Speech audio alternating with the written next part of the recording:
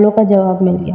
اس نے اخبار اٹھایا تو اس میں خبر تھی، فیضلی نامی ایک عورت گیس ہیٹر میں خرابی کی وجہ سے دم گھٹنے کی وجہ سے مر گئی۔ چوتھے روز پیٹریشیا آ گئی۔ اس کے چہرے پر عجیب سے تاثرات تھے۔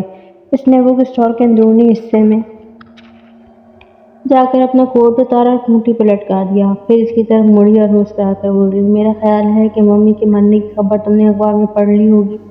ہاں، کیسپر نے سر میں اسپات نہیں ہلایا۔ تم نے مجھ سے اور کیا کام لینا چاہتے ہو؟ وہ بولی۔ کام؟ کیسپر نے حیرت سے دہرایا۔ ہاں، تمہارے ساتھ کام کر کے مجھے بہت خوشی ہوگی۔ یہ تم کیا کہہ رہی ہو؟ صحیح کہہ رہی ہوں، میں نے اسکول چھوڑ دیا ہے۔ میں اب تمہارے ساتھ رہنا چاہتی ہوں۔ ہم ایک ساتھ مل کر کام کریں گے۔ اپنا کوٹ اٹھاؤ اور یہاں سے دفع ہو جاؤ، اس نے ناگواری سے کہا۔ ایسے نہ جھڑکو کیسپر، یہ تو سوچو کہ میں کہاں جا سکتی ہوں۔ ہاں، اور اب میرا کوٹ اتنا پرانا ہو گیا کہ اسے دیکھ کر مجھے شرم